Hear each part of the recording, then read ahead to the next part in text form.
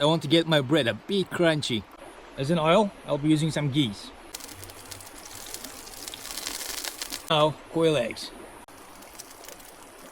Even though quail eggs are a lot more smaller than normal eggs, their nutritional values are a lot more greater than that of eggs as well.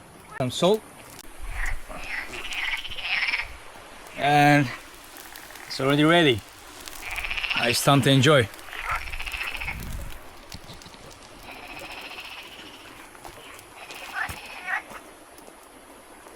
I don't have a Sunday jazz going on, but hey, sounds of frogs are something as well, right?